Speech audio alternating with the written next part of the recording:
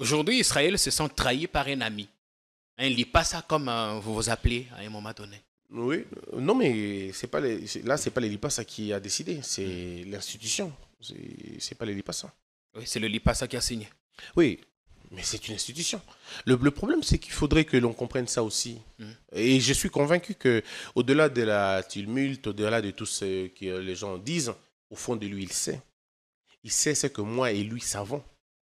Donc, vous ne vous êtes plus appelé depuis lors.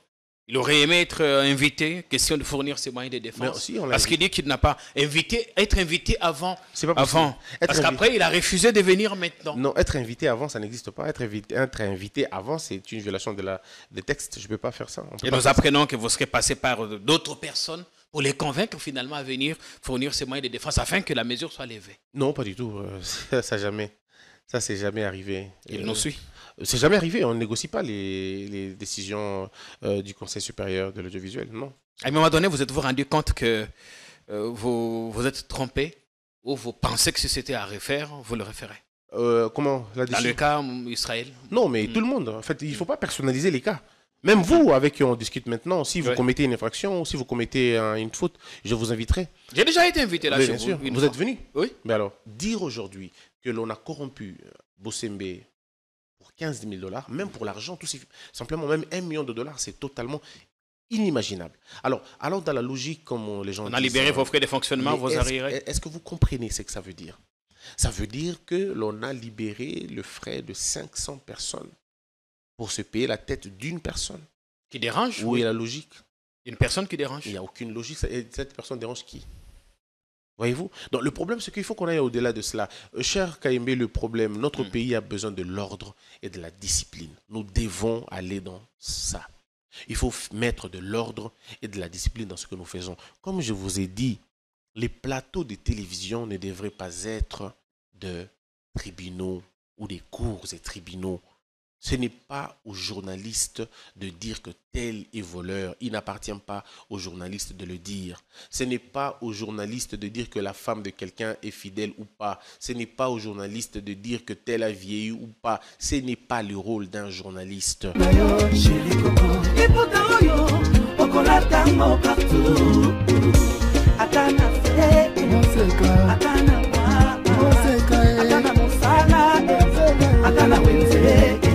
À 3,5, 4,5 ou 5,5 $, le wax de Maman Monseka vous rend inoubliable. Merci de nous contacter.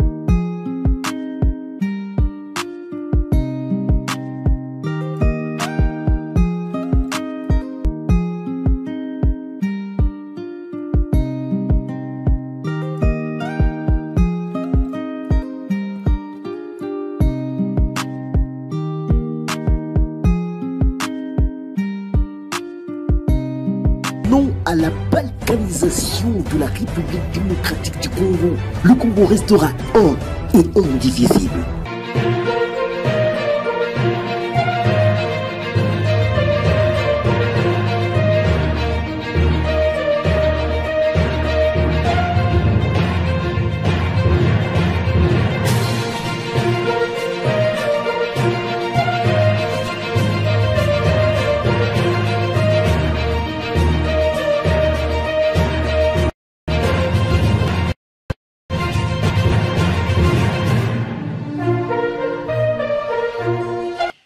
Bienvenue sur notre chaîne.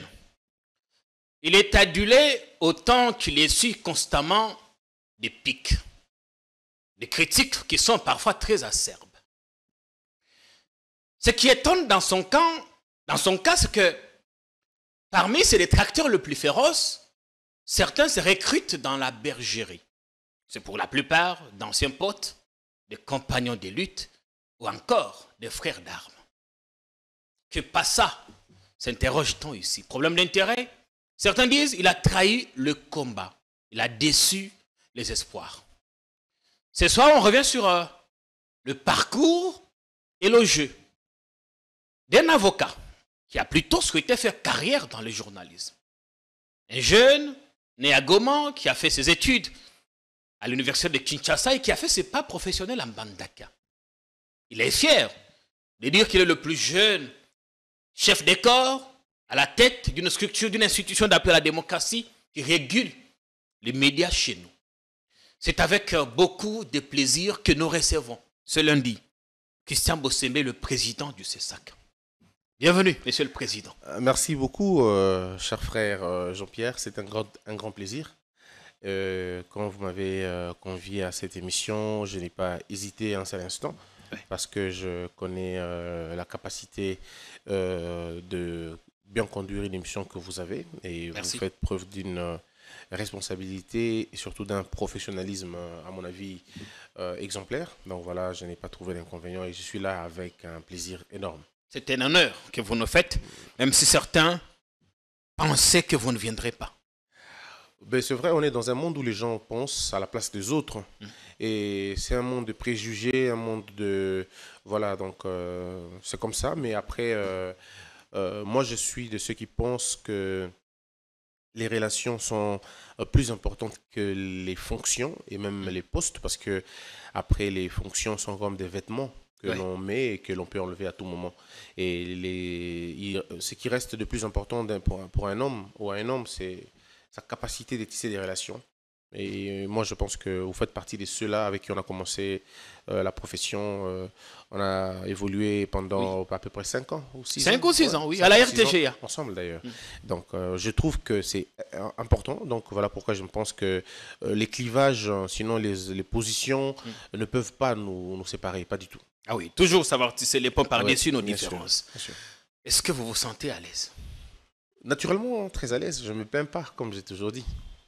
Je voudrais avant toute chose que vous commenciez par regarder la caméra. Faites votre profession des fois. Ouais. Dites-nous ce en quoi vous croyez le plus. Et si vous êtes prêt à répondre à toutes nos questions sans embâche et à nous dire que la vérité, on n'est pas au prétoire. Vous allez vous soumettre quand même à l'exercice. Je crois en la liberté. Je crois que les hommes peuvent changer. Je crois que l'amour est plus grand que tout. Je crois aussi que les actes valent mieux que les paroles. Et je pense que la vérité, c'est le maître mot et qu'on ne peut pas aller à l'encontre de la vérité et s'en sortir. Et je pense aussi que celui qui se justifie d'une rumeur contribue à sa propagation. Vous croyez en la liberté, monsieur le président. Quand on résume les principales missions du CESAC, c'est notamment garantir et protéger la liberté de presse. Oui. Permettre l'accès à tout le monde aux médias publics, veiller au respect de la déontologie. Aujourd'hui, laquelle de ces 3 missions rencontre des difficultés dans son exécution au niveau du CESAC? Alors, la liberté d'expression d'abord est une valeur fondamentale et même cruciale. C'est d'elle que naît la liberté de la presse. Et la liberté de la presse ne peut marcher que lorsque la responsabilité de la presse est en avant. Ça veut dire que la responsabilité engendre la liberté. Il n'y a pas de liberté sans responsabilité. La notion de la liberté est un idéal. On ne l'atteint pas, mais on le poursuit. Mais c'est quoi une liberté sans responsabilité? C'est ainsi que nous disons qu'au CESAC, par exemple, nous veillons à ce que la responsabilité soit la norme et que la liberté soit finalement la suite logique. Donc pour nous nous basons sur ce principe-là. Nous voulons que les gens soient libres, mais aussi responsables. Parce que liberté sans responsabilité, c'est de l'anarchie. On dit que vous êtes devenu vous-même le fossoyeur de la liberté, le broyeur de la liberté de presse. Vous savez, le roulage n'est toujours pas bien perçu quand il régule la circulation. Le chat n'est toujours pas bien perçu devant les souris. C'est comme ça. Celui qui vient avec de l'ordre et de la discipline dans une société désorganisée et désordonnée, il est perçu comme un marginal. Mais à la fin, on finit par lui donner raison. Parce qu'on ne peut pas développer un État dans le désordre et surtout pas dans l'indiscipline. Il est inadmissible que les plateaux de télévision se transforment en tribunaux et en cours. Il est inadmissible que les journalistes deviennent eux-mêmes des juges et des procureurs. Vous n'avez pas fait ça vous-même dans un passé récent? Je ne suis pas le symbole on va dire, ce n'est pas moi qui fixe la règle de la Parce que chose. ceux qui s'en prennent à vous vous opposent toujours votre propre passé. Les journalistes critiquent et donneurs de leçons. Oui, j'ai critiqué, effectivement. J'ai critiqué la preuve. J'ai fait 16 ans de profession de journaliste. Je n'ai jamais été interpellé au parquet. Jamais. Il n'y a aucune plainte contre moi. 16 ans. Mais vous avez été particulièrement dur. Oui, j'ai toujours été dur. Et s'il fallait refaire mon travail, je serais peut-être plus dur. Mais je veux rester dans le principe de la responsabilité. Je peux ne pas être d'accord avec vous, mais je sais placer les mots. Je sais vous détacher, vous, la personne de KMB, et l'exercice de vos fonctions. Je sais faire la part des choses. Je peux critiquer vos fonctions, mais vous, la personne, j'aurai toujours du respect. Et moi, on m'a toujours reproché, d'ailleurs, quand j'étais journaliste, on me disait, mais pourquoi vous dites monsieur? Ce sont des voleurs, il ne faut pas dire monsieur. Je dis non, ce n'est pas à moi de déterminer qui sont voleurs, c'est aux juges de déterminer qui sont voleurs. Bon, peut-être c'est par rapport à ma formation. Je sais ce que c'est le poids de mots, peut-être, je le sais, parce que je suis juriste à la base. Donc, j'ai été comme ça pendant 16 ans. La première fois où on m'a... la plainte que j'ai eue, la première fois, c'était la plainte de l'UNPC. Je suis allé me présenter à cela parce que j'ai un respect profond pour les institutions. Je suis allé répondre à l'invitation et ils ont vu qu'il n'y avait absolument rien contre moi. La seule fois, jamais été condamné. Donc, je n'ai jamais fait l'objet d'une quelconque accusation formelle, mais j'ai été dur, c'est vrai, par rapport à un régime, par rapport à un état des faits. Et moi, je ne reproche pas à ceux qui sont durs aujourd'hui. Je connais des gens qui sont extrêmement durs. Vous n'essayez pas de les museler? Pas du tout. D'une certaine façon. La preuve, aucun journaliste, aucun invité, aucune personne n'a été jugé chez nous, attaqué chez nous, tout simplement parce qu'il a posé il a été dur. Non. Nous, ce que nous faisons aujourd'hui, c'est que lorsqu'il y a un dérapage avéré, alors en ce moment-là, on réagit. Parce qu'il n'est pas question quand même de laisser les dérapages prendre les dessus. Donc, quand vous amenez des propos malveillants ou un contenu trompeur, ou quand vous amenez vous faites de la télévision finalement un cirque des insultes ou des attaques personnelles, en ce moment-là, on réagit et on réagit proportionnellement à l'erreur qui a été Parfois, on a comme commise. l'impression que vous réagissez selon des tendances, selon que ceux qui ont débuté ces propos se recrutent dans un camp ou dans un autre. L'on voit, ici ou ailleurs, des journalistes qui se montrent particulièrement virulents. Si ils sont proches du pouvoir, on a souvent comme l'impression qu'ils sont exonérés. Ils ont le temps de tout dire, tout se permettre. Heureusement que c'est une impression, mais qui n'est pas vraie. C'est pourquoi il faut enlever un peu le voile il faut enlever cette image que vous avez de la situation, mais ce n'est pas le cas. C'est juste une impression. Quand nous sanctionnons des journalistes ou des intervenants, nous ne le faisons pas en fonction de leur appartenance politique ou religieuse. Nous le faisons en fonction des propos débités ou des propos balancés. Rien à voir avec le fait que ce soit telle personne ou telle autre personne. La preuve, c'est que quand je rencontre ces genres de discussions, je pose toujours la question, donnez-moi un seul exemple de quelqu'un que l'on a sanctionné parce qu'il était d'un autre bord. Et vous allez vous rendre compte que si je vous donne les faits, vous comprendrez que ces faits-là n'ont rien à voir avec le bord. Ces faits-là sont tout à fait délictuels et ça a demandé une sanction et on l'a fait. Président, vos services de monitoring prennent-ils le temps de suivre Eliezer Tambwe? Vous les classez dans quelle catégorie? Journaliste, politicien, journaliste ou les deux à la fois? Quand il est sur Internet, il est créateur de contenu. Et quand il est à la télévision, TNT, tout ça, c'est à l'UNPC de décider. Parce que nous, tout ce que nous connaissons, ce que nous regardons, comment les gens créent leur contenu.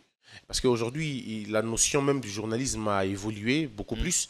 On a des créateurs de contenu maintenant et des journalistes, bien évidemment. Alors, mais le CESAC s'étend également dans vos prérogatives. La loi de 2011 parle également des médias en ligne.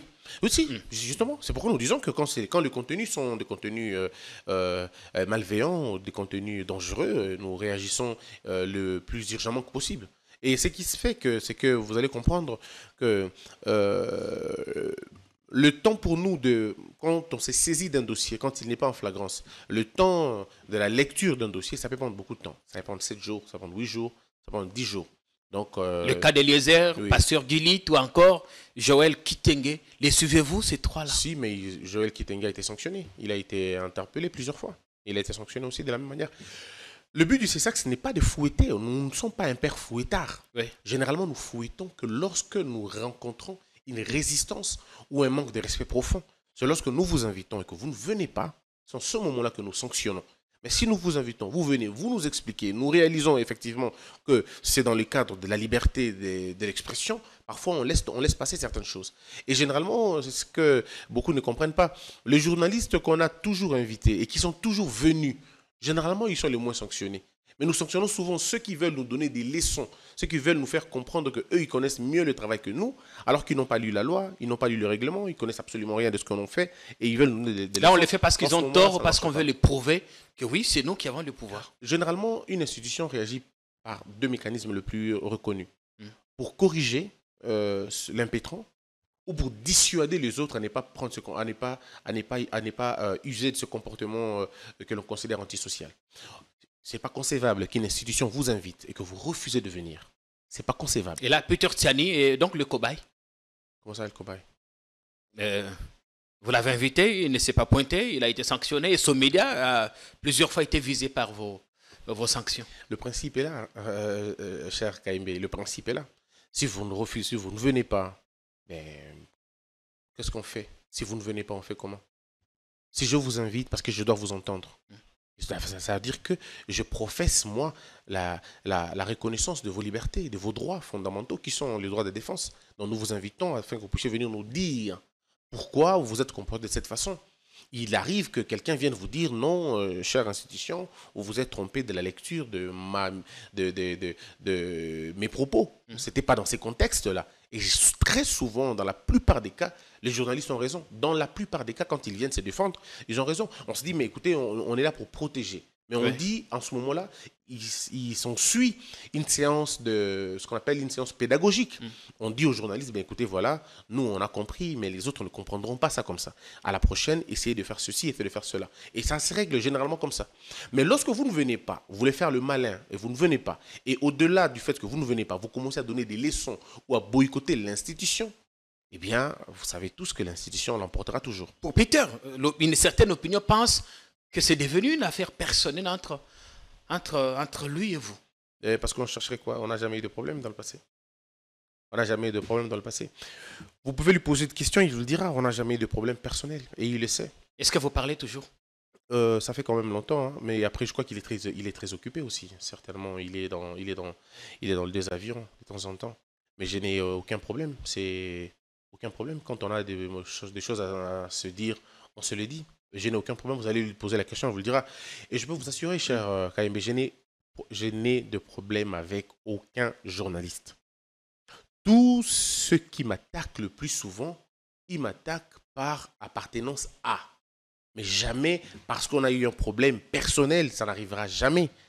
Et vous me connaissez, ça fait par appartenance à quoi? À une idéologie, à une cause. C'est tout à fait normal, personne ne va vous interdire cela. Ça peut arriver. Mais jamais des problèmes personnels. Je suis, de tous les chefs des institutions, le plus attaqué dans le média, le plus insulté, le plus combattu, si on peut le dire comme ça. Peut-être le terme est fort, combattu, mais attaqué quand même. Mais je n'ai jamais réagi, jamais. Pourtant, je vois les rapports. Je vois les rapports, c'est parfois des propos qui sont très graves. Parfois des propos qui ont été dits chez vous, ici, sur votre plateau. Mais j'ai jamais réagi. Oui, il est arrivé que certaines personnes s'en prennent à vous ici. On comprend que vous êtes chef des corps et il est normal que vous soyez critiqué. Je ne réagis pas du tout. Moi, je ne réagis pas. Mais est-ce que ça vous choque? Non, pas du tout. En fait, ce qui me choque, c'est pourquoi. Je me pose toujours la question, pourquoi ils ne prennent pas le temps de m'appeler pour en savoir un peu plus? Ça aurait été mieux d'ailleurs. Mais comment on accepte de partir directement à l'affront? Est-ce que ces gens, je me pose toujours la question, est-ce que ces gens oublient qu'il y a une autre vie en dehors de ce qu'on fait maintenant? Parce que je me dis toujours la question, je me pose toujours une question.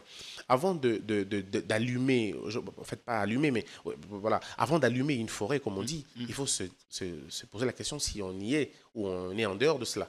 Et donc c'est un peu ça. Je me pose beaucoup de questions, mais après, bon, C'est sans rancune, sans rancœur.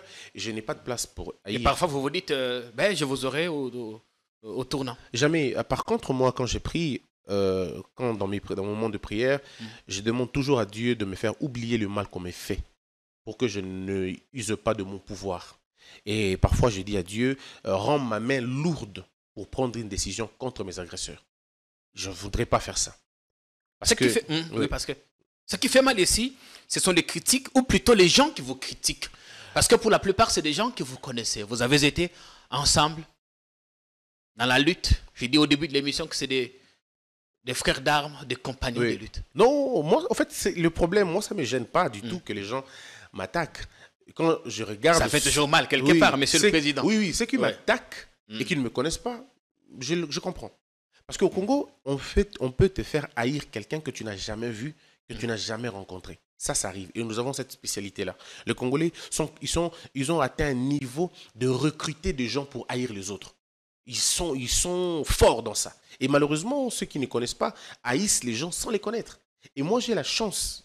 C'est que ceux qui me haïssent sans me connaître, le jour où ils me connaissent, eh bien, ils comprennent qu'ils avaient tort. Parce que naturellement, je suis quelqu'un de paix et je ne suis pas belliqueux. Mais qu'est-ce que je fais souvent quand ça m'arrive? Je regarde, si je vois que c'est un nom que je connais, je me dis, bon, comment il a fait? Il aurait pu m'appeler. Parfois, j'ai envie d'appeler, mais je me dis, ben, au Congo, on ne sait jamais qui peut t'enregistrer. Ouais, et comment ce sera interprété? Ben, tu laisses ça comme ça. Mais parfois, tu as envie de dire aux gens, mais écoute, voilà. Après, je me dis, une vérité, c'est qu'il ne faut pas qu'on se les cache, cher Jean-Pierre. C'est lui qui a besoin de te juger, ne t'écoutera jamais. Et celui qui a besoin de t'écouter ne te jugera jamais avant. Donc, celui qui te condamne sans t'avoir écouté, tu n'as pas besoin de le convaincre. Mais comment expliquer que c'est plus vos amis d'une certaine époque qui vous attaquent le plus? Comment expliquer ça? Non, ça veut dire qu'ils n'ont pas été des amis. Un ami n'attaque pas un autre. Peut-être qu'on ne comprend pas l'essence de l'amitié. C'était peut-être des connaissances, c'était peut-être des collègues de profession, mais pas les amis. Question d'intérêt ou vision désormais? Peut-être question d'intérêt. Mais moi, je comprends après. Le plus important, cher KMB, c'est quand vous êtes confiant et au fond de vous, vous savez que vous n'êtes pour rien. Et c'est ça le plus important. Parce que votre conscience est plus importante que ce que les gens disent. C'est que la réputation, c'est le point de vue des gens. Mais votre conscience, c'est ce que vous savez de vous-même. Alors, si vous connaissez qui vous êtes, vous n'allez pas vous en faire de ce que les gens vont dire de vous. Le dernier cas polémique en date, c'est celui lié à la suspension de l'émission Bossolo. Son présentateur dit n'avoir jamais été invité par vos services pour fournir ses moyens de défense. Le camp Bosso dit également n'avoir pas porté plainte. D'office, le CESAC s'est saisi. Mais certains disent, avant ça, Israël Mutombo a eu à dire certaines choses qui ont peut-être choqué certaines consciences. Pourquoi n'avait-il jamais été sanctionné en son temps? Alors, je vous donne le principe, sans entrer dans le fond de la question. Oui. Le principe au CESAC, c'est que nous pouvons nous auto-saisir ou nous pouvons être saisis par plainte. Le cas de M. Mende, c'était une plainte. D'accord? Mais ça arrive qu'on s'auto-saisisse par rapport à la clameur publique, par rapport à une flagrance. Et s'il s'agit d'une flagrance, qu'est-ce que nous faisons? Le bureau siège. Le bureau est composé de 5 personnes. Nous siégeons de façon souveraine. Nous prenons la mesure la plus faible, c'est-à-dire le plus bas niveau. À la limite 30 jours, on peut aller à 35, on peut prendre 30 jours. Et quand vous faites ça, la décision qui est provisoire est assortie d'une invitation. Si vous voulez, une convocation. Ça veut dire, pourquoi la plainte, pourquoi on saisit, on arrête directement, on interrompt, on suspend une émission? C'est pour empêcher à ce que le mal décrié puisse continuer pendant une période. Nous disons, Monsieur KMB, vous êtes suspendu. Et généralement, ce n'est pas la personne, c'est l'émission. On dit, votre programme est suspendu pour, par exemple, 30 jours. Et pendant ces 30 jours, nous vous invitons de venir présenter vos moyens de défense. Et lorsque vous venez, par exemple, la décision est prise lundi, vous venez mardi, vous nous expliquez que non, chère institution, vous avez mal compris mes propos, ils ont été déplacés, la séquence que vous utilisez n'est vraiment pas ça, regardez ce que je dis dans son ensemble. Et les inspecteurs regardent, ils se rendent compte effectivement, je vais dire les secrétaires d'instruction, ils regardent, ils se disent, mais écoutez, c'est vrai, il a raison, on lève la mesure immédiatement. Ça veut dire que c'est une mesure conservatoire qui n'a pas besoin d'une invitation au préalable. C'est ça que les gens devraient comprendre. Mais malheureusement, même les journalistes, même certains avocats qui n'ont pas lu notre loi pensent que en matière de flagrance, la plainte, c'est elle qui... Non, la plainte, elle est... Pardon, l'invitation. Non, l'invitation vient après la décision. Dans l'affaire Israël, où s'est trouvée la flagrance? Si la flagrance était là, c'est nous qui jugeons la flagrance. Les secrétaires d'instruction ont jugé qu'il y avait une flagrance, qu'il y avait flagrance. Parce qu'il faut le dire, nous avons d'abord un service de monitoring, puis nous avons un service de secrétariat d'instruction. Ces deux services sont des services autonomes qui travaillent au quotidien. Les autres visualisent et les autres qualifient les faits. Quand ceux qui ont visualisé se sont rendus compte que les faits sont graves, puisqu'ils viennent de se commettre à l'instant, ou les moments qui suivent la commission de cette infraction, le caractère de la flagrance est là. Et les secrétariats d'instruction proposent urgemment une sanction. En disant, Monsieur le Président ou chers membres du bureau, nous vous envoyons cette proposition de décision afin que vous puissiez d'abord arrêter immédiatement cette histoire, qu'on invite le présentateur, qu'on lui pose des questions. Parce que généralement, la tendance, c'est qu'un invité, un journaliste aujourd'hui, quand il fait une émission, et si le public réagit promptement ou positivement, il a tendance à revenir demain. Un peu comme pour dire, Torozong et Langolobi, comme on dit souvent. Alors, pour éviter que Torozong et Langolobi en aient, pour qu'on ait encore un autre élément, pour qu'on se retrouve dans une situation beaucoup plus difficile, on prend des mesures conservatoires. Et c'est ce qu'on a fait. Dans son affaire, l'on dit qu'il y a eu une main noire, une suspension financièrement motivée. Ses proches ont parlé, liant ça à l'enquête qu'il a menée contre le ministre des Finances. Bon, il faut comprendre que notre mentalité chez nous, les Congolais. Il n'y a rien qui s'est fait pour rien. Au Congo, tout s'est fait, il y a une main noire. Quand on arrête un criminel, il y a une main noire. Quand on arrête un corrupteur, il y a une main noire. Quand on sanctionne un journaliste, il y a une main noire. Et parfois, même quand on ne sanctionne pas, il y a toujours une main noire. À un moment donné, je me pose la question, comment on fait pour vivre? On dit on a libéré en mode d'urgence vos 5 ou 6 mois d'arriérés. Vous auriez perçu vous-même 15 000 $ de transport. 15 000 $. Ouais. Je ne peux pas dire que c'est peu d'argent, mais ça ne peut même pas me faire bouger pour signer. C'est une insulte. Une vraie insulte. Pas parce que c'est 15 000 $, mais parce qu'il s'agit de l'argent. Ça aurait été 1 million de $, ça serait la même chose. Cher KMB, il y a des Congolais qui ont une autre perception de l'argent. Il y a des Congolais qui ont une autre perception de la richesse. Pour moi, du moment où je sais avoir une vie tranquille, du moment où mes enfants peuvent étudier et que moi je peux manger et que je peux dormir tranquillement et calmement, ça me convient. Le reste, ce n'est pas mon affaire.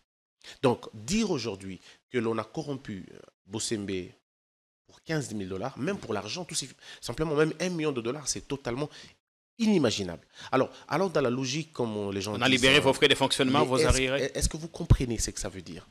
Ça veut dire que l'on a libéré le frais de 500 personnes pour se payer la tête d'une personne.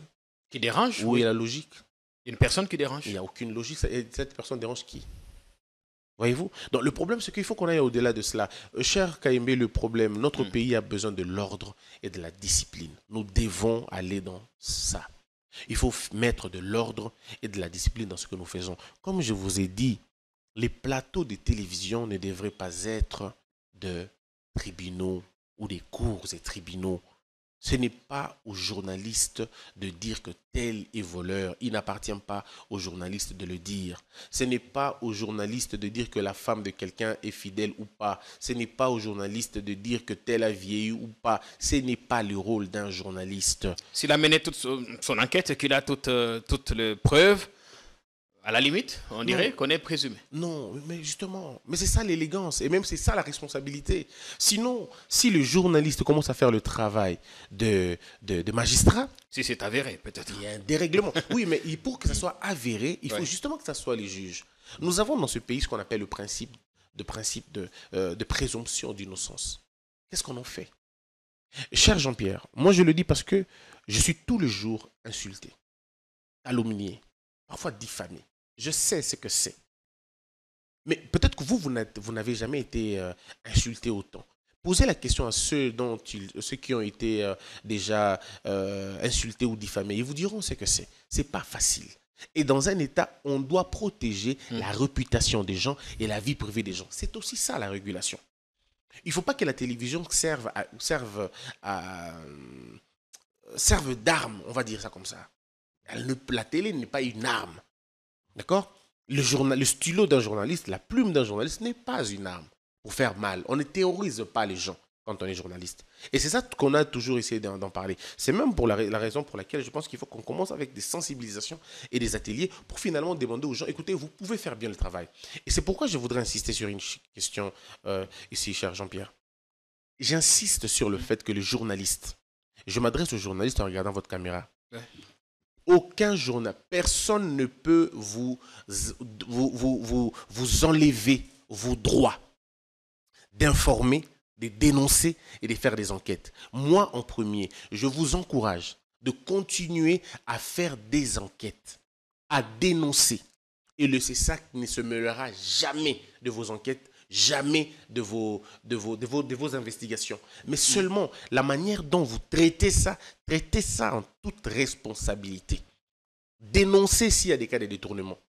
Dénoncez s'il y a des cas de vol. Dénoncez s'il y a des cas de...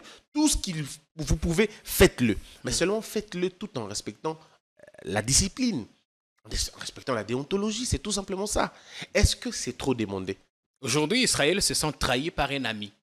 Il ne lit pas ça comme vous vous appelez à un moment donné. Oui, non, mais c'est pas là, c'est pas les Lipassa qui a décidé, c'est l'institution. C'est pas les Lipassa. Oui, c'est le Lipassa qui a signé. Oui, mais c'est une institution. Le problème, c'est qu'il faudrait que l'on comprenne ça aussi. Et je suis convaincu qu'au-delà de la tumulte, au-delà de tout ce que les gens disent, au fond de lui, il sait. Il sait ce que moi et lui savons.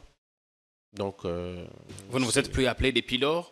Il aurait aimé être invité, question de fournir ses moyens de défense. Si, parce qu'il dit qu'il n'a pas être invité avant. C'est pas possible. Parce qu'après, il a refusé de venir maintenant. Non, être invité avant, ça n'existe pas. Être invité avant, c'est une violation des textes. Je ne peux pas faire ça. Et nous apprenons que vous serez passé par d'autres personnes pour les convaincre finalement à venir fournir ses moyens de défense afin que la mesure soit levée. Non, pas du tout.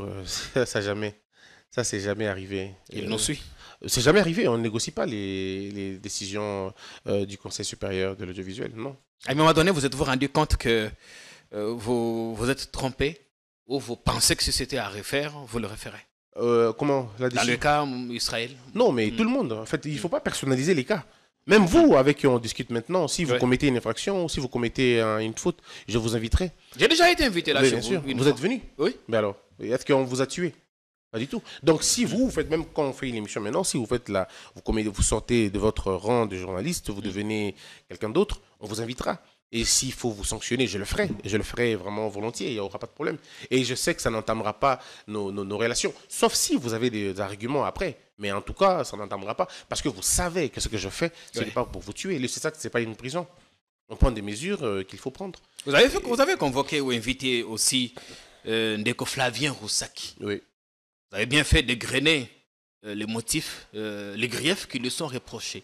Il a laissé des gens dire à son plateau qu'Étienne Tshisekedi aurait détourné de l'argent mobilisé pour, je ne sais pas, les victimes de quelle situation, qu'il a dit, qu'il a laissé passer des critiques contre la force du progrès, contre, je crois, Maman Marthe, ou encore au sujet du RAM. J'ai vu sur Internet les gens être offusqués. Ne pas comprendre pourquoi on en arriverait jusque-là. Pourquoi Étienne Tshisekedi ne peut pas être critiqué, ni l'UDPS, ni ceux qui la composent. Oui, mais ça, c'est ce que je dis encore une fois. Nos lois sont claires quand il s'agit de cela. Nos lois sont claires. Quand il y a dérapage sur un plateau de télévision ou dans une radio, il est du devoir du CESAC d'inviter le journaliste pour lui poser la question. Pourquoi avez-vous laissé tel propos passer? Ça, c'est le CESAC. C'est un travail qui a été fait même avant que je n'arrive. Donc, c'était comme ça. Mais jusque-là, il n'y a rien qui incite à la haine, rien qui incite au soulèvement. Oui, mais parce que peut-être qu'il faut que je crois que je vous avais remis notre loi ici. Non, hein, non, pas encore. Okay, vous n'êtes toujours pas passé ici. D'ailleurs, c'était parmi nos questions à vous poser. Quand est-ce que vous passerez nous remettre la documentation? Oui, je vous remettrai. De toute façon, les 12, quand on aura, pendant la retraite, vous allez venir, vous allez voir que quand vous lisez nos lois, vous comprendrez que depuis que je suis au CESAC, on n'a rien fait qui sorte de la loi. Tout est dans la loi et tout est dans la légalité. Et vous savez, l'avantage, c'est qu'on ne me pardonnera pas, moi, si je viole la loi, on ne me pardonnera pas. Parce que d'abord, je suis juriste. Et puis en plus, voilà. Donc, dans le cas de Flavien, est-ce que les faits de reprocher ne sont pas légers? Non, mais le fait... Comment convoquer quelqu'un parce qu'il a laissé quelqu'un dire que le RAM est un vol? Alors là, on entre dans le jugement du travail du CESAC. Et pour ça, je ne suis pas habilité à le dire. Seulement, je dis que nous invitons les citoyens, les journalistes, pour tout ce qui s'est dit dans leur plateau. On peut même vous inviter pour un geste. On peut même vous inviter pour une attitude tenue que nous jugeons être pas très commode. Et nous vous invitons. Et vous venez, vous dites, non, mais écoutez, c'est pas moi, ce ne sont pas mes propos, ce sont les propos de tel, dans telle condition, dans telle condition. On se dit, ok, c'est bon. Ce n'est qu'une invitation. Ce n'est pas une décision. C'est une invitation. C'est que nous n'avons pas jugé quelqu'un pour ça. Nous lui avons dit, il vous est reproché d'avoir laissé. Et c'est comme ça qu'on peut faire. Ici, chez vous, si vous dites quelque chose qui ne correspond pas à nos valeurs du CESAC, nous vous invitons pour dire, ben, mais écoutez, M. KMB, venez un peu vous justifier. Vous avez dit ceci, cela. Mais c'est à vous de venir. Les gens doivent avoir la culture de la responsabilité. Vous savez, en France, il y a un journaliste, Cyril Hanouna. Oui, mais c'est le plus sanctionné de tous les journalistes français. C'est le plus sanctionné. Des sanctions qui partent de 1 million, parfois à 3 millions. Mais pourquoi on ne le ferait pas chez nous? Pourquoi on ne le ferait pas chez nous? Vous voulez nous dire que désormais, ce ne sera plus des suspensions? C'est ce que je veux. C'est ce que je veux. Dans les réformes que nous sommes en train de penser mener, personnellement, je pense qu'il faut que l'on passe des sanctions administratives à des sanctions financières. Oui, je crois. Je crois qu'il faut qu'on atteigne ce niveau de sanctions financières. D'abord, est-ce que la loi le prévoit? C'est pourquoi je dis qu'il faut des réformes. Et la première réforme, c'est la loi que nous sommes en train de vouloir changer. Et nous allons changer cette loi dans peu de temps. On va y arriver, on va modifier la loi pour nous permettre de travailler efficacement voilà. Et donc, ou il faut plutôt convaincre les parlementaires à voter une nouvelle loi? Si, mais d'abord nous. Nous, c'est ça que nous pouvons aménager notre loi, nous la réformulons, voilà. Et puis après, nous présentons ça à un député, nous le faisons porter à un député qui va, lui, l'amener à l'Assemblée nationale et ça va faire la navette parlementaire. Ils vont avoir le temps de toiletter, ils vont discuter de cela et puis après, ça va passer. Ça va suivre les chemins traditionnels. Ce sera encore plus coriace. Ça va davantage coincer les journalistes, comme quand vous nous demandez de ne pas parler des infos sur... le M23 la guerre dans l'Est, pendant que l'opinion a ardemment besoin de comprendre ce qui se passe sur la ligne de front. L'opinion n'a pas besoin de la manipulation. De l'info. Oui, l'opinion n'a pas besoin de la manipulation ou de la désinformation ou du désordre informationnel. L'opinion a besoin d'être rassurée. C'est tout ce que nous voulons. Et nous avons la responsabilité de veiller à ce que la population ne soit pas diabolisée. Comment voulez-vous qu'on rassure quand on trouve que ça ne va pas? Mais le problème, c'est que dans un État en guerre, la communication, l'information suit les cours des choses, des événements. Vous ne pouvez pas prétendre être journaliste et prêter le flanc à l'ennemi. On ne permettra pas ça, je peux vous assurer, cher. Si l'ennemi a pris quelques positions, va-t-on l'annoncer ou pas? Alors, ce qui est sûr et certain, tout dépendra de comment vous l'annoncez. Ça, je peux vous assurer. Ça, je ne vais pas par le dos de la cuillère. Si dans votre traitement d'information, nous sentons que vous diabolisez les FARDC, si nous sentons que vous démoralisez les forces armées de notre public, je peux vous assurer, cher Jean-Pierre, je fermerai le média immédiatement. Je ne réfléchirai même pas 2 fois. On fermera. Parce qu'il n'est pas question que l'on démoralise les militaires au front. Il n'est pas question que l'on démobilise la population. Il n'est pas question que l'on jette du discrédit à l'armée congolaise et surtout à notre pays. Ça, on ne le permettra pas. Mais à côté, il y a également la liberté d'informer. Alors, vous savez que la sûreté nationale est plus importante que la liberté d'informer. Partout au monde, quand il y a sur une même balance la sûreté nationale, la sûreté de l'État et la liberté de la presse, eh bien la liberté de la presse ne fait pas le poids. On peut ne pas les dire, mais on a les réseaux sociaux. Un média peut ne pas l'annoncer, mais ça peut se répandre comme une traînée de poudre. J'aimerais que vous Là aussi, vous avez promis de frapper fort. Oui, j'aimerais que vous puissiez me poser cette question après les 12. Vous verrez ce qui va se passer après les 12. Après le 12 juin. C'est que nous avons une retraite avec tous les chroniqueurs, avec tous les influenceurs, les plus représentatifs plus ou moins. On aura une équipe de 100 personnes, 50 influenceurs, c'est-à-dire qui œuvrent dans les réseaux, dans le média en ligne, les réseaux sociaux, et 50 journalistes traditionnels comme vous et les autres. Je profite pour l'occasion de demander à tous les journalistes de venir, tous ceux qui sont journalistes de venir, qu'ils soient journalistes engagés, comme j'entends souvent, et tout cela. Comme vous l'avez été vous aussi. Je n'ai jamais été journaliste engagé, moi. Contre Kabila, vous étiez engagé? Non, pas du tout. Je n'ai jamais été journaliste engagé. Vous étiez dans la clique de ceux qui... Je n'ai jamais été dans une clique, malheureusement. J'étais dans ma position. C'est ça peut-être j'entends les gens Il y avait dire... des similitudes avec Oui, les bien autres. sûr, on partageait la même cause. J'entends souvent les gens dire, on a fait les combats ensemble. J'ai jamais fait les combats avec quelqu'un.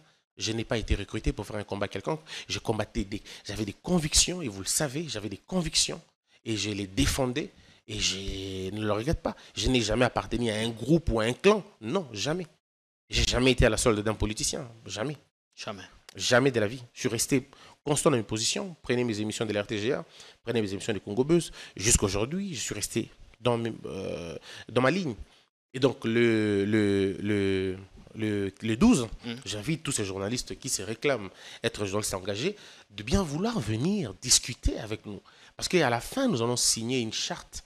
Ça sera la charte des réseaux sociaux, où les influenceurs, les TikTokers, nos frères et sœurs viendront signer avec nous une charte, et nous allons travailler maintenant ensemble en fonction de cette charte-là. Vous voulez contrôler l'information, limiter les dépravations, les débordements qu'il y a sur les réseaux sociaux? Il faut le faire, cher Jean-Pierre, il faut le faire. Il faut limiter les dégâts qu'il y a maintenant. Il faut limiter parce que nos jeunes enfants sont là. Je vous dis toujours, hein, la société, elle est l'exemple de, entre guillemets, ces influenceurs ou ces élites. Oui. Mais si nous laissons aux influenceurs qui se dénudent ou aux influenceurs qui n'ont pas la capacité d'appréhender les choses et les enjeux de l'heure, ça va être très dangereux. Nous sommes menacés sur tout le front culturel, le front éducationnel, le front sociétal, même le front de la guerre tout simplement. Nous n'avons pas le narratif qu'il faut. Et il faut construire cela.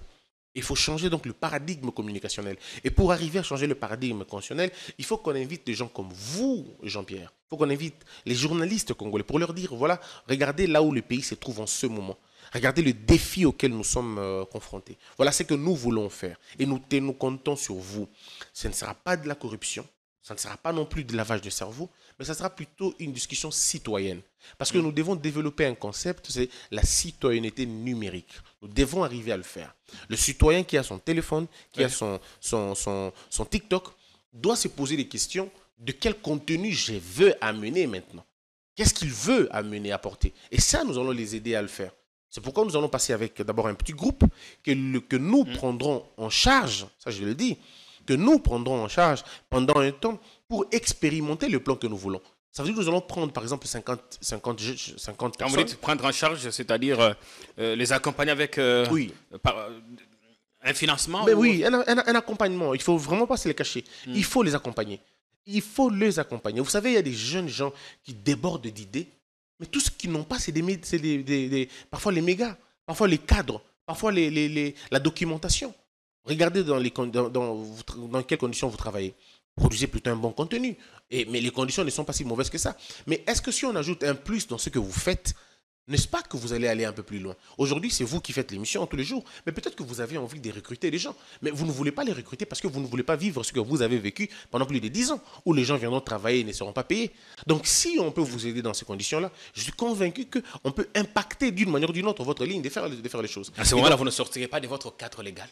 Non, c'est ça le CESAC. C'est ça même le rôle du CESAC. C'est d'accompagner les médias. C'est de les aider, les médias. Et inciter l'État à subventionner les médias. Alors si on comprend, mais est-ce que l'État a libéré quelque chose? Parce que vous aviez promis un accompagnement, une subvention étatique. Oui, c'est ce que je dis. Je dis que nous allons expérimenter un plan. L'expérimentation que nous allons faire, c'est pour inciter les gouvernements à comprendre l'intérêt de changer ces choses-là. Je vais vous scandaliser, cher Jean-Pierre. Il y a de cela 20 ans, le lingala était une langue forte dans la région. Il y a 30 ans peut-être, dans la région. Si vous allez en Côte d'Ivoire aujourd'hui, quand on parle lingala, on vous regarde. On veut savoir comment vous faites. Parce que le lingala était une langue musicale, une langue culturelle qu'on avait essayé de transporter. Et au Congo ici, personne n'utilisait un seul mot. Je suis désolé de le dire à la télévision, peut-être ça peut choquer certains Ivoiriens, mais il faut quand même le dire. Personne n'utilisait un mot ou un jargon ivoirien. On ne les utilisait pas. Mais pourquoi? Parce qu'à cette période-là, notre musique avait transporté notre culture, et même notre langage courant. Mais regardez aujourd'hui, c'est une inversion finalement. Vous avez beaucoup de mots que vous utilisez qui sont des mots ivoiriens. On n'a rien, ce n'est pas un problème, ça peut être normal. Mais c'est parce qu'ils ont compris, ils ont compris qu'il fallait changer le paradigme. Et ils ont changé le paradigme, ils ont réussi à changer le paradigme. Est-ce que nous, on ne peut pas le faire aujourd'hui? Est-ce que nous ne pouvons pas renverser la tendance? Il est possible de renverser la tendance. Nous avons des TikTokers au Congo qui ont 1 million d'abonnés. Il y en a qui ont 2 millions d'abonnés. J'ai vu certains qui ont 1 500 000 abonnés. Est-ce que vous imaginez ce que ça représente, ces gens? Donc, si nous essayons de les orienter, de les encadrer, de donner à ces jeunes gens un petit, je crois même, je dirais une petite aide, tout simplement, ils vont faire plus. Archimède dit, avec zéro, on fait peu, avec peu, on fait plus, et avec plus, on fait des exploits. Il y a d'autres personnes qui n'ont besoin que de ce peu-là. Okay. Et qui n'en ont pas. Et c'est nous allons justement faire ça. C'est pourquoi je dis que les 100 personnes que nous allons sélectionner, c'est-à-dire 50 journalistes traditionnels et 50 influenceurs, ainsi de suite, vont nous aider à arriver à ce niveau-là. Et on aura probablement 50 personnes. Peut-être 50. Pourquoi? 50 vont nous aider à faire peut-être ce groupe pilote.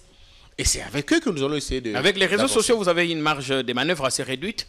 Comment contraindre ceux qui... des récidivistes, comment parce que vous n'avez pas les... Oui. Nous avons pensé à quelque chose de formidable, parce que nous allons inviter le procureur général de la République, qui est l'organe de la loi, et nous allons l'inviter. Il aura certainement, je n'ai pas envie de parler de son réquisitoire, mais il va faire un discours. Il va discuter avec les jeunes gens, il va discuter avec nous. On va discuter, on va dire, ben voilà comment on fait.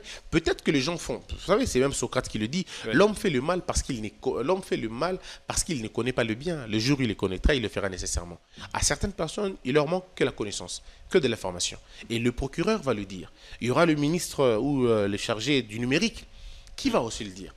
On aura des représentants de la cybercriminalité qui viendront aussi nous informer. On aura des gens comme Kibambichin, M. Kibambichin, toi, et des autres, excusez-moi de le dévoiler, et toutes ces icônes de la pensée journalistique qui viendront nous dire à cette ère comment on peut conduire une information, comment on peut dénoncer sans blesser.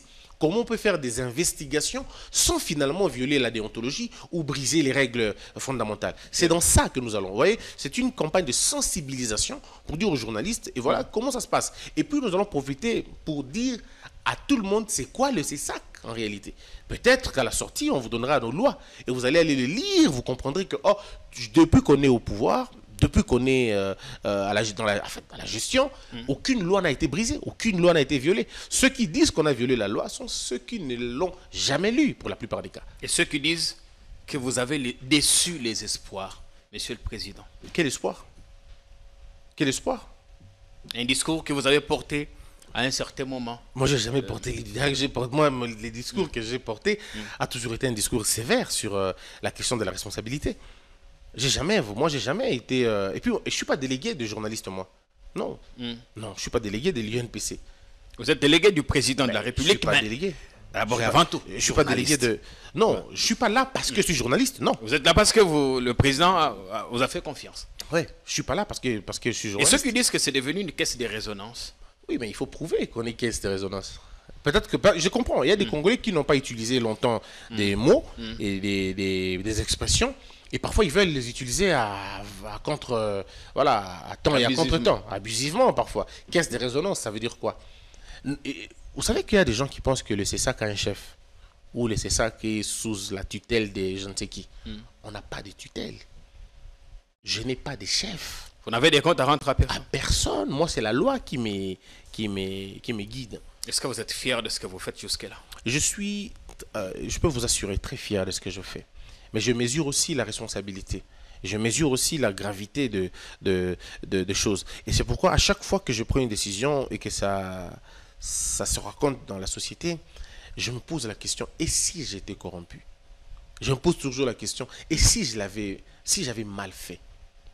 Voyez-vous? Donc si dans toute la légalité, avec un cœur net, vous avez ces répercussions, alors vous posez la question, et si j'avais mal fait? Qu'est-ce que ça allait devenir? Et comme je vous ai dit, je me bats pour n'avoir jamais à prendre une décision. Est-ce qu'à un moment ou à un autre, vous avez eu à regretter certains de vos propos tenus avant d'arriver au CESAC?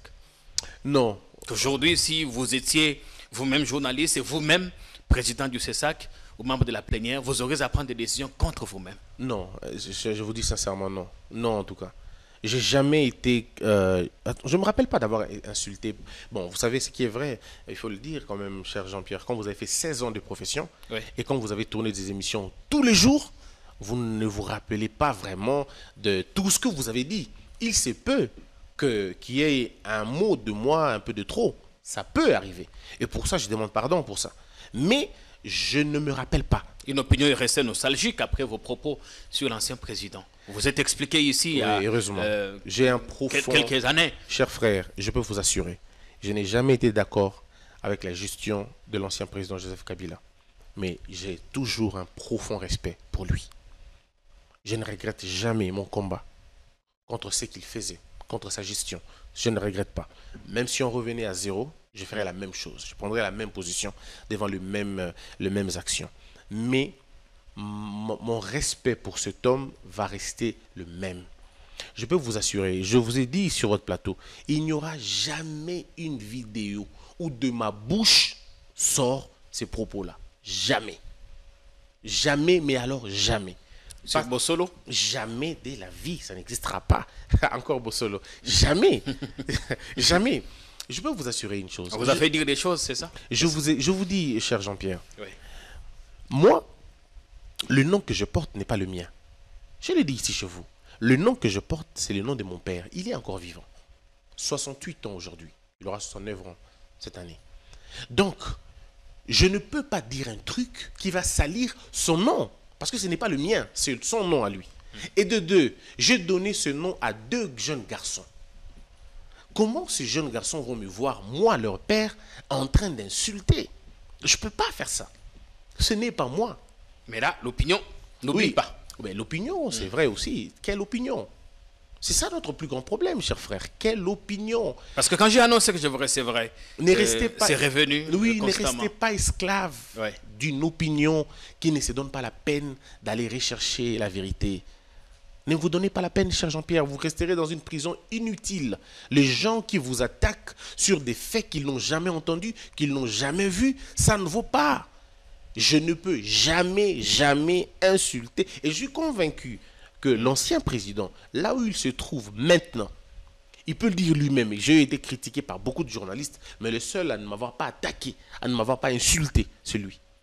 Ça ne veut pas dire que j'étais doux, j'étais galant, pas du tout. Ouais. J'étais dur et je ne le regrette pas. Mais aller jusqu'à l'insulter, mais non, je ne peux pas le faire. Je ne peux jamais le faire. Merci Donc bien. ça m'a... Ça vous colle à la peau quand même. Oui, ça me colle à la peau. Parce que, bon, voilà, cher frère, disons-le.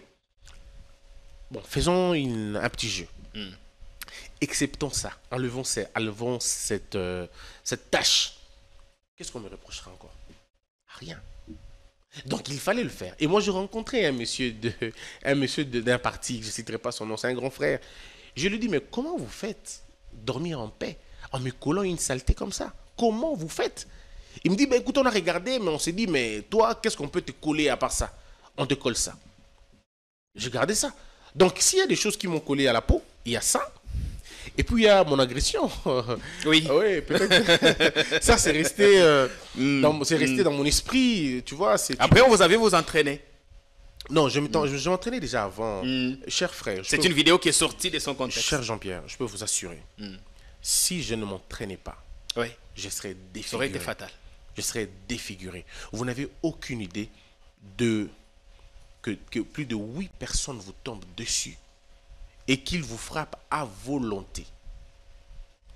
Vous n'avez aucune idée de ce que c'est. Ils ont débarqué à votre hôtel. Comment c'est arrivé? Je ne sais pas, j'étais là, je revenais de France 24, je pense, tout bonnement. Et les gens m'ont intercepté dans le hall même de l'hôtel. J'ai parlé à des Congolais, à des citoyens normaux, pardon. Il n'y avait aucun problème. Et puis, bizarrement, la caméra est sortie. Oui. Et donc, voilà, On a commencé à vous rosser. Oui, c'est allé tellement vite, quoi. C'est allé tellement vite que je n'ai pas compris. Mais après, vous faites quoi, cher Jean-Pierre? Votre cœur n'est pas une prison. Vous arrivez à vous libérer. Avez-vous pris des précautions désormais pour vos voyages? Comment vous être à l'abri de temps en temps et ne pas vous exposer? Non, mais pourquoi je m'exposerais? Pourquoi il faut que ça soit un cas d'exposition? si on est Congolais et qu'on pense qu'on est vraiment Congolais, il faut qu'on apprenne à se parler. En tout cas, moi, ce qui est sûr, c'est que s'ils veulent le faire encore, ils le feront toujours. Parce que le plus important pour moi, je pense que quand je rencontre un Congolais, je devrais être en sécurité parce que c'est mon frère. On peut avoir des divergences, mais on ne peut pas arriver jusqu'à se faire du mal. Ça ne sert absolument à rien. Sinon, à quoi ça sert le combat que l'on mène? On a été solidaires avec vous, Monsieur le Président. Merci beaucoup, je reconnais ça. Seulement, je pense que quand on est Congolais, peu importe partout où on se retrouve, il faut qu'on ait le temps de se parler, il faut qu'on ait le temps de se parler. Si peut-être dans la discussion, vous n'arrivez pas à vous convaincre, peut-être vous pouvez arriver à ce niveau-là. Mais pourquoi vous avez... On n'a pas parlé et tout d'un coup, vous commencez à me donner des causes pas normales. Si vous étiez toujours journaliste, parce que vous avez dit, si c'était Kabila, face aux mêmes actions, vous auriez eu la même réaction. Aujourd'hui, les mêmes choses qu'on a décriées hier sont revenues, peut-être aussi en force. Si vous étiez journaliste, vous seriez-vous tué parce que vous avez des relations privilégiées avec la famille, le couple présidentiel, ou vous auriez porté votre casquette de journaliste critique et dit la vérité? Je vous dirai une vérité, cher Jean-Pierre. Le jour où j'ai rencontré la première dame, voici ce qu'elle m'a dit. La première dame va vraiment m'excuser pour dire ça. On m'a dit, Christian, le jour où tu deviens flatteur, on ne te respectera plus. Et ça, j'ai gardé ça dans mon esprit. Il dit, le jour où tu deviens flatteur, on ne te respectera plus jamais. Et ça, c'est elle-même. Vous savez, c'est une grâce de rencontrer des gens qui vous demandent de rester libre dans vos propos. Et ça, je n'oublierai jamais. Elle me l'a dit. Pour rien au monde, et ça le président l'a répété plus d'une fois, pour rien au monde n'ébranle ta liberté de penser. Il dit, si tu ébranles ta liberté de penser, tu n'es plus un homme. Le problème est qu'ils sont prêts à accepter qu'une critique féroce vienne de vous. Mais pourquoi pas? Moi j'ai été critique quand j'étais journaliste sur beaucoup de choses. L'EAC par exemple. J'étais critique à ça. J'étais parmi les premiers à parler de la 4e République et du changement de la Constitution. J'étais le premier. Vous avez longtemps critiqué les voyages? Plusieurs fois. Vous étiez même le premier à faire le décompte des voyages du président. Vous savez que c'est peut-être ça la force des gens aussi. Et les gens ne le... En fait, moi je vais pas aujourd'hui vous dire, moi, je connais le président comme... Non. Mais le peu que j'ai vu de l'homme, c'est quelqu'un de congénitalement libre d'esprit et de très démocrate. Accepte-t-il la voix contraire? Il y a Gloria Senga portée disparue avec deux de ses collègues. Mais il faut quitter cette mentalité, cher Jean-Pierre. Le problème ici, c'est que il ne faudrait pas que l'on mette sur la tête du président les actions des membres du gouvernement. On a tout mis sur Kabila. Oui, mais on ne va pas continuer comme ça, cher Jean-Pierre. Sinon, l'État ne fonctionnera jamais. Si on l'a fait pour les uns, continuez à le faire pour les autres. Alors, mais donc ça, disons que ça sera fini. Mais à la fin, c'est le président qui est élu, qui a pour circonscription électorale le territoire national. Mais non, c'est pourquoi quand on vous demande, hein, c'est une réflexion. C'est ainsi qu'on vous demande. Bon, dans ces cas, changeons la Constitution. Devenons un État, ayant un système, alors à la limite, présidentiel. Comme ça, vous reposerez sur le président toutes les erreurs des autres.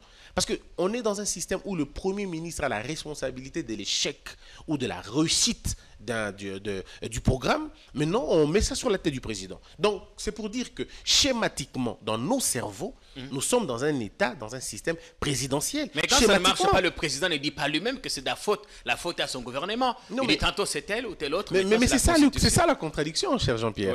Lorsque le chef de l'État se met à répéter, à dire « Oh, il se plaint ». Quand il s'était, oh non, il devait le dire. Mais il faut qu'il fasse quoi? À la limite, on sait plus ce qu'on veut.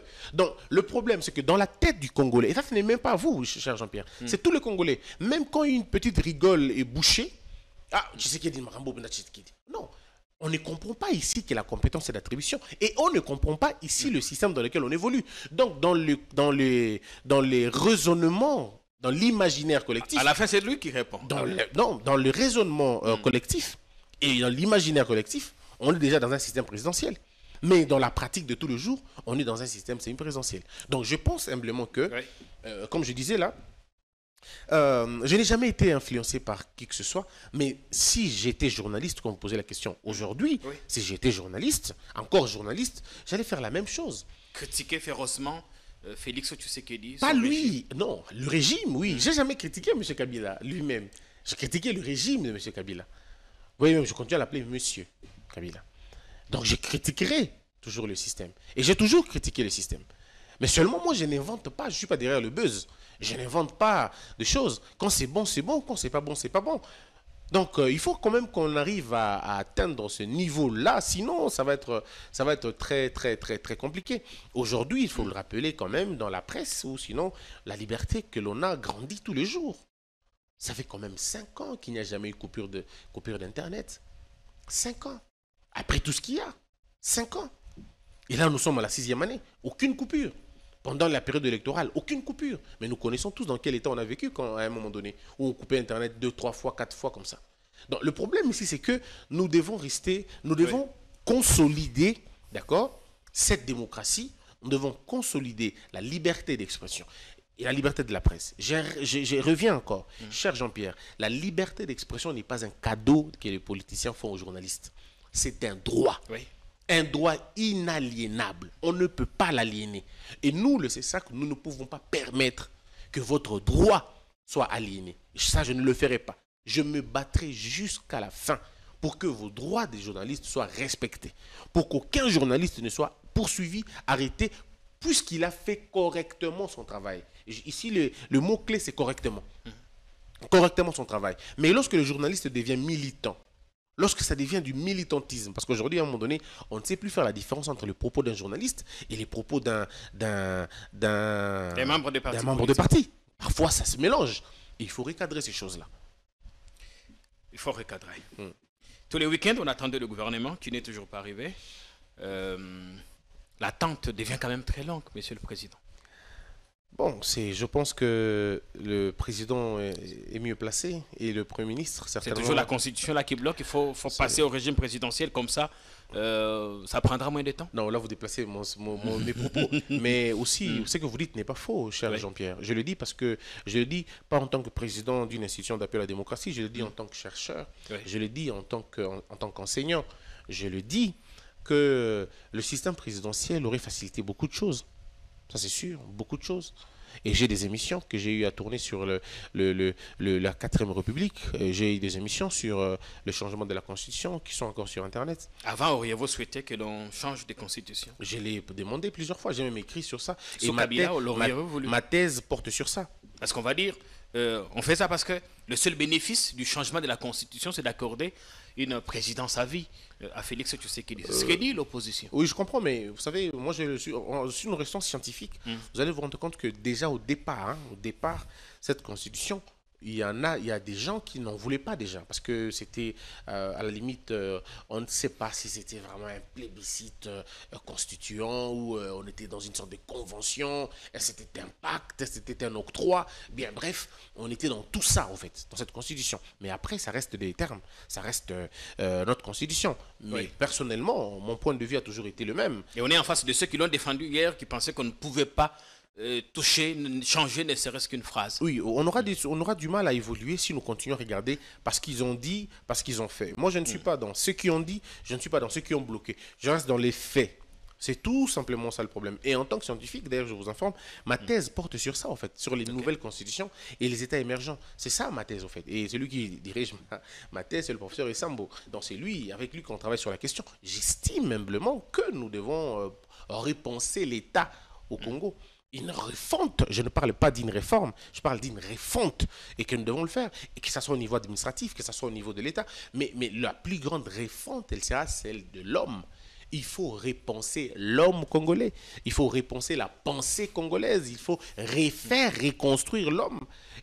Parce que le véritable chantier n'est pas constitutionnel, je pense. Le véritable chantier n'est pas celui des routes, non. Le véritable chantier, il est humain.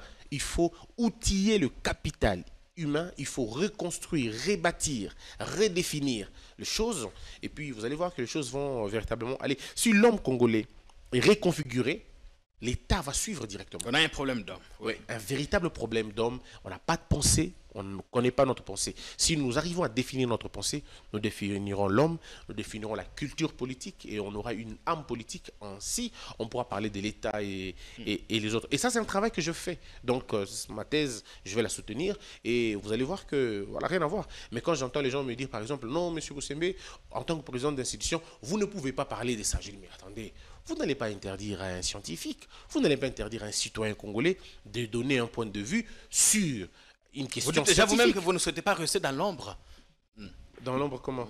N'est pas parler, n'est pas donner son point de vue. Si, parce que, regardez, cher Jean-Pierre, nous faisons des conférences. Ouais. Alors, vous n'allez pas interdire, il n'y a aucune loi qui m'interdit de donner mon point de vue sur des questions scientifiques, pas sur des questions politiques, sur des questions scientifiques. Vous allez vous rendre compte que dans tout ce que vous me posez la question, je ne suis pas pour ou contre. Je ne sais pas si vous l'avez senti. Reste sur le fait. Je dis, si nous devons parler de la Constitution, il peut être changé. Elle peut être changée, la Constitution. Ad nutum, elle peut être changée, suivant le mécanisme constitutionnel. Ouais. Mais est-ce que nous devons refonder notre État? S'il faut le refonder, notre État. C'est même la quête permanente de la vie de tous les jours, le vouloir changer. De ce côté de ces faits, il n'y a pas de pour et de contre, donc on ne va pas m'attribuer à un camp. Moi, je le faisais avant ce débat. Mes émissions, j'ai rappelé mes émissions. Avant, je le faisais déjà. Et même à la RTGA, même, je le faisais. Oui. Souviens-toi, avant que même le président Tshisekedi en arrive au pouvoir, à la RTGA, je parlais déjà de la réforme, je parlais déjà du changement de la Constitution. Et à l'époque, j'avais prélevé, je crois, 17 articles qu'il fallait qu'on change. Il y en a qui estiment qu'il n'y a pas d'opportunité, qu'il n'y a pas d'urgence. Le plus urgent aujourd'hui, c'est restaurer l'autorité de l'État sur l'ensemble du territoire, donner à manger aux Congolais, payer les fonctionnaires et tout ce qui va. Ils n'ont pas tort. Ils n'ont pas tort. Ce sont des raisons importantes. Ils n'ont pas tort. Le problème, c'est que qui est le juge de l'opportunité? C'est peut-être ça la question qu'on doit poser. Qui est le juge de l'opportunité? Et à cette question, on ne vous répondra pas. Et en tant que scientifique, vous-même êtes-vous déçu par certaines promesses du président, certains engagements pris? Lisez-vous l'exaspération populaire, comme cette Kikuni et Loubaya l'ont dit ce matin? L'État est en danger. Bon, ce qui est sûr, le terme de l'État est en danger, je l'ai entendu depuis que je suis né. J'entendais ça depuis longtemps. Depuis 1960, l'État est toujours en danger. Et les Français disent aussi chez eux que l'État est en danger depuis que Macron est là. L'Amérique dit que l'État est en danger depuis que Poutine est là. Si vous écoutez les opposants russes, ils diront que l'État est en danger depuis que les Russes est là. Si vous écoutez les opposants chinois à la diaspora, ils disent que la Chine va mal, l'État est en danger. Et j'étais même surpris d'entendre les opposants arabes, enfin, ce qu'on appelle les progressistes, dire que l'État arabe est en danger. J'ai dit finalement, le danger se trouve où? À la limite, je ne suis pas étonné qu'au Congo, qu'on le dise. Je ne sais pas si j'ai répondu Quand on dit à votre qu'on n'a question. pas d'eau, qu'on n'a pas d'électricité, surchauffe sur le marché, transport catastrophique, rien ne va. Est-ce que là, on exagère? L'exagération, tout dépend du temps, tout dépend de prismes que l'on essaie de voir, avec lesquels on essaie de voir les choses.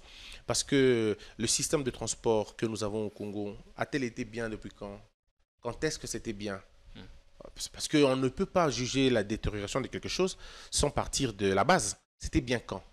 On va me dire que c'était bien à l'époque de Mobutu. C'était pour quelle population? C'était quoi le plan que l'on avait fait de la démographie au Congo? Quel est le plan que l'on a fait de la gouvernance de la démographie, des infrastructures, ainsi de suite? Le problème, ça va rester un problème systémique, sinon un problème fondamental qui reste celui du plan.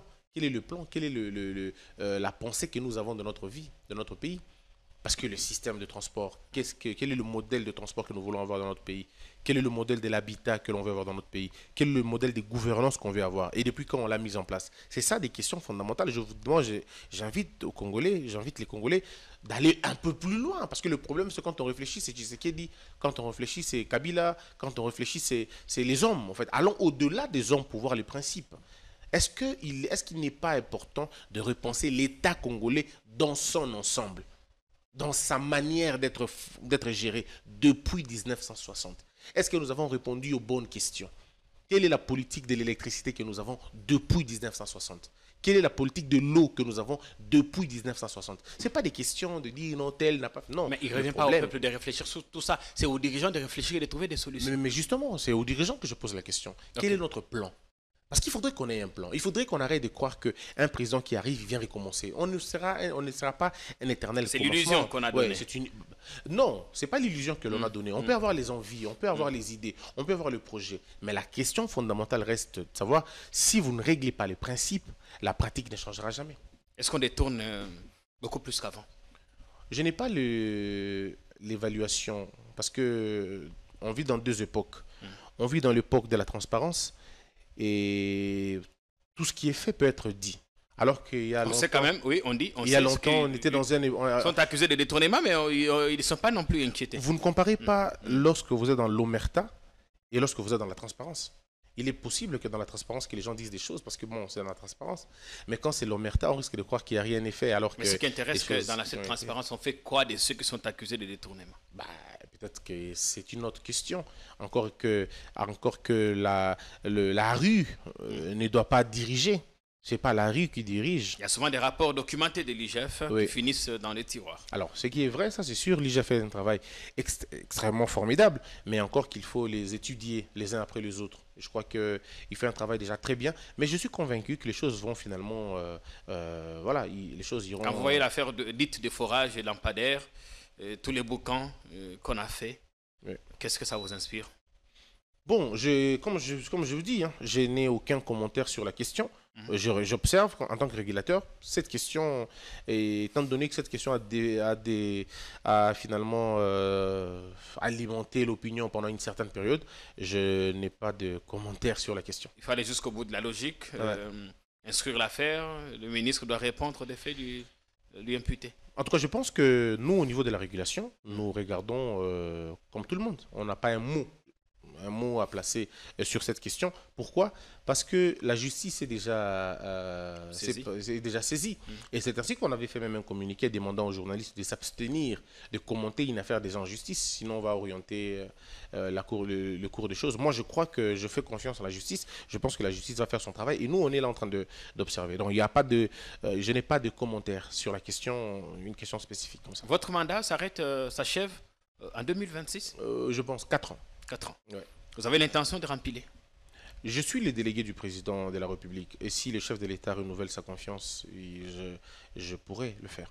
Mais il faut que je sois porté par un organe comme la loi le veut. Et je ne sais pas les ambitions de celui qui viendra après le chef de l'État. Mais si jamais en 2026, le chef de l'État renouvelle sa confiance, c'est lui qui voit. Alors là, il faut tout faire pour mériter sa confiance? Oui. La seule manière de faire pour mériter la confiance du chef, c'est de travailler convenablement. Pas amuser là ceux qui sont contre lui. Pas du tout, c'est de travailler convenablement, c'est de faire en sorte que la presse soit libre, parce que lui-même, le chef de l'État, veut d'une presse libre et veut d'une presse salubre. Donc mon travail consiste à rendre la presse salubre, ça veut dire à extirper les mauvaises herbes, si vous voulez, si je peux le dire, et à assainir ce milieu pour que lorsque Jean-Pierre Kayembe vient allumer sa caméra, qu'il soit le plus responsable que possible, qu'il ne s'attaque pas aux gens, qu'il ne s'attaque pas à la famille des gens, qu'il ne détruise pas les gens et qu'il ne jette pas le discrédit dans l'armée, dans la police et à nos forces armées. Et ça, c'est le plus important. Et si une fois que vous le faites, moi, ça m'arrange. Je suis très content parce que, vous voyez, par exemple, la période électorale, comment les choses se sont passées pendant la période électorale. Il n'y a pas eu guerre civile, les choses se sont passées plus ou moins bien. Et moi, je suis très content par rapport à cela.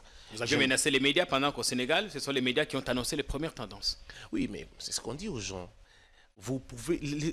C'est pas parce que le Sénégal a fait que nous devons le faire. Nous, on a des lois. Nous avons des lois. Et nous avons, comment on appelle ça, nous avons notre manière à nous de faire les choses. Oui. Et nous n'avons pas interdit aux médias de commenter sur les élections. Nous avons seulement demandé aux médias de ne pas se substituer aux institutions. Ils donnaient, vous dites, des tendances, mais pas des résultats définitifs. C'était des tendances, ici on ne vous a pas refusé. De toute façon, on l'a fait. Top Congo l'a fait.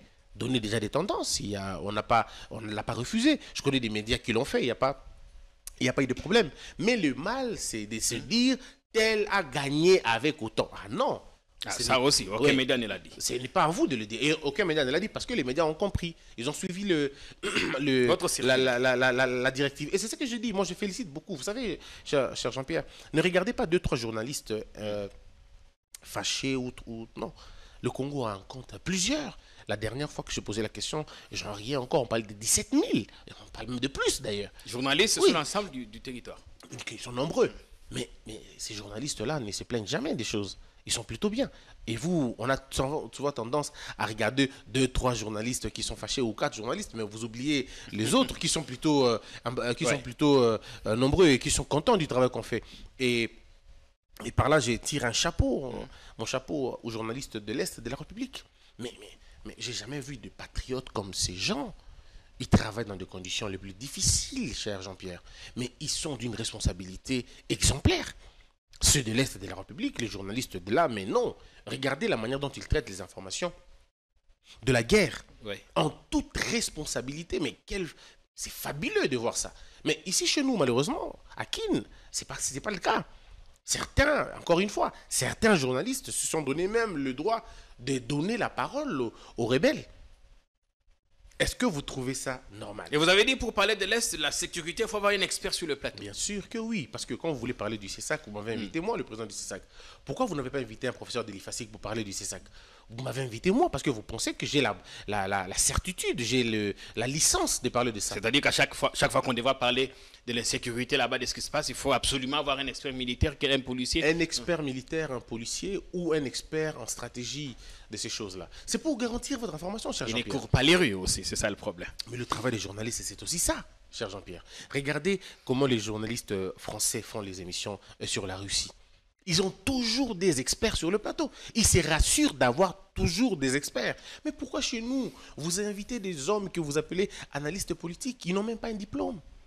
Ils n'ont même pas un diplôme. Ils n'ont même pas la maîtrise de leur propre vie. Et c'est eux que vous dites analystes politiques. Parce que dans sa bouche, il va insulter Mbosso, il va insulter Tshisekedi, il va insulter Kabila, il va insulter Fayoulou, il va insulter le cardinal. Et ça, vous appelez ça des analystes politiques? Ça ne va pas, cher Jean-Pierre. Il y a des choses qu'il faut qu'on change quand même dans ce pays. Lorsque vous voulez parler de la médecine, vous appelez des médecins. Lorsque vous voulez parler de l'ingénierie, vous appelez des ingénieurs. Mais pourquoi lorsqu'il faut parler de l'armée, lorsqu'il faut parler de la sécurité, vous appelez vos hommes qui font les fanfarons, excusez-moi de le dire quand même, qui sont analystes politiques? Non mais attendez, ici on se moque des gens quand même. Qui est analyste politique au Congo maintenant? Regardez quand on vous présente un analyste politique en France. Aux États-Unis, pour la plupart des cas, c'est un scientifique. Ça doit être un médecin, ça doit être un avocat, quelqu'un de Sciences Po, quelqu'un qui a fait des études sur une question. Mais vous, les analystes politiques, ils sont tout, cher Jean-Pierre. Ils parlent armée, ils parlent santé, ils parlent même Covid.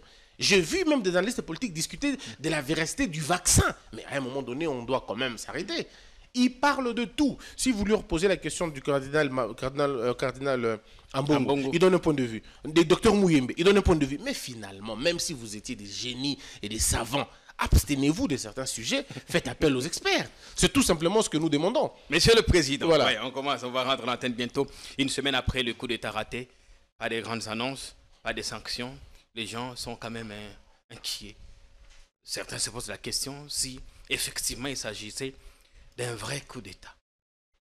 La sécurité, elle est importante. Et le coup d'État, scientifiquement, ne se définit pas comme ça. Pour avoir un coup d'État, comme la science le veut, il faut qu'il y ait de la présence des militaires à l'interne, de l'armée régulière, qui font défection.